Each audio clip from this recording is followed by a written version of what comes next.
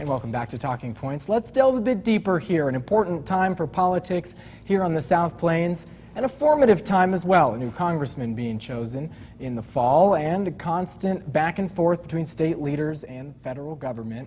And here to break it all down for us, he's one of the hosts of West Texas Drive on KRFE AM 580. He's always ready to talk shop, Mr. Jay Leeson. Thank you so much. Obliged to be here. Good to see you again. How you been? Great to see you. Very good. Here on the Rappaport Report this week. Somebody tell Bryan. Well, I want to get started by saying, would you say that it is a great time to be getting into politics here on the South Plains? From what regard? Well, it seems like lately that people are speaking out and speaking up more often on their own behalf and not necessarily letting that same political rhetoric slide through as it maybe has in the past. Well, I think that this place is going to be concreted as frugal. Lots of times I hear people say the word conservative. I think by nature, at least in this part of West Texas, West Texas as a whole, we're frugal people, fiscally frugal. If we weren't, we'd live somewhere else, right? And we have a way of life that we enjoy and we regard, and we're going to protect it. So I think at the end of the day, people are going to be within a realm of frugality. Now, on the social ends, you're going to have people from lots of different angles, I think, as we have had historically, more from the right than the left. Does that answer your question? Yeah, that is a lot to take in. This, with regard to 19, you've got a big sea change, I think, in some pretty profound ways. I think that you've seen a campaign that's been run, a conservative Republican campaign, and how many times did you hear federal government policy issues talked about? And you heard about it with education, you heard about it with the medical industry, and you heard about it with agriculture. The conservative Republicans talking about those issues. And I think to that degree, you're right. We have had a reset, more of a George Mahon context than a Randy Nagelbauer context in that regard. Now, you bring up District 19. I know we spoke on Election Day, on the runoff day for District 19. It was a week or two back. Jodie Arrington's the guy who will represent the Republican Party, and he has to get through the Green Party and the Libertarians first, but more than likely he... Monumental task. Right, and so, There was a lot of he said, she said between Jodie and Glenn Robertson. Do you anticipate a real change now that it has been sort of said and done and decided here?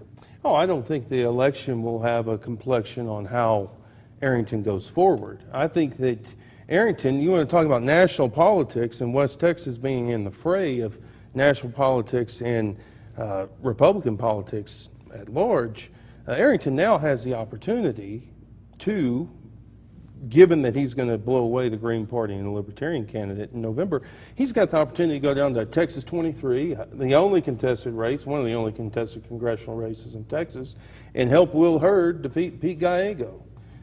He can go throughout the Midwest and put on his Farm Bureau cap and talk to those people about Republican policy and how the Ag Committee is going to be turned around in a favorable way.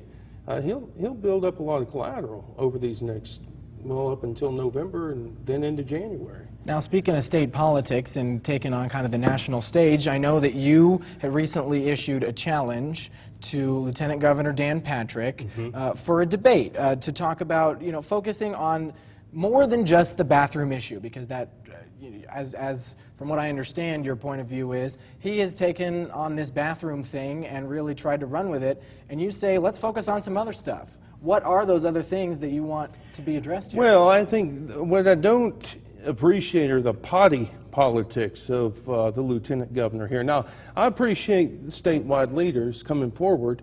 Muleshoe, Texas does not want to run a bond for transgender restrooms. You don't want to vote for that. You don't want to see it on the bond. You don't want to mess with that issue. We live in rural Texas.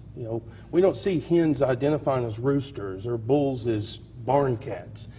We live in a particular context. But that to say, the president's guidance has been misguidance. In my perspective here, watching the lieutenant governor go beyond protecting the interests of these school districts has begun to undermine their interests, has used this misguidance as undermining. Because it's clear in the last legislature, the lieutenant governor put forward a voucher bill. People hear him say school choice, but what this lieutenant governor is saying is vouchers.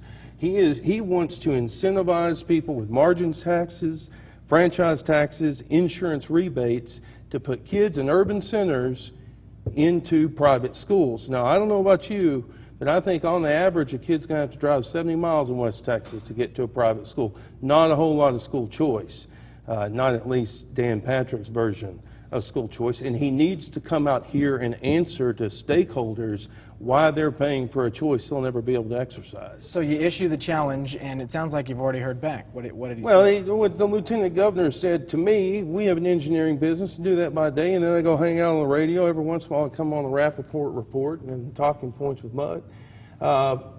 He said that he doesn't debate members of the media, which he certainly had a debate with Megyn Kelly. He certainly had a debate with Chris Hayes. But the lieutenant governor does not want to come to West Texas and stand his ground. And it's sad to see. Well, it has been a very interesting kind of development here. Yeah, don't you miss Bob Bullock? I do. Jay, thank you so much. We appreciate your time as always. Loved it. Thank you, Wes. It is good to see you again. All right, stick around. We're coming right back with a look at the week ahead.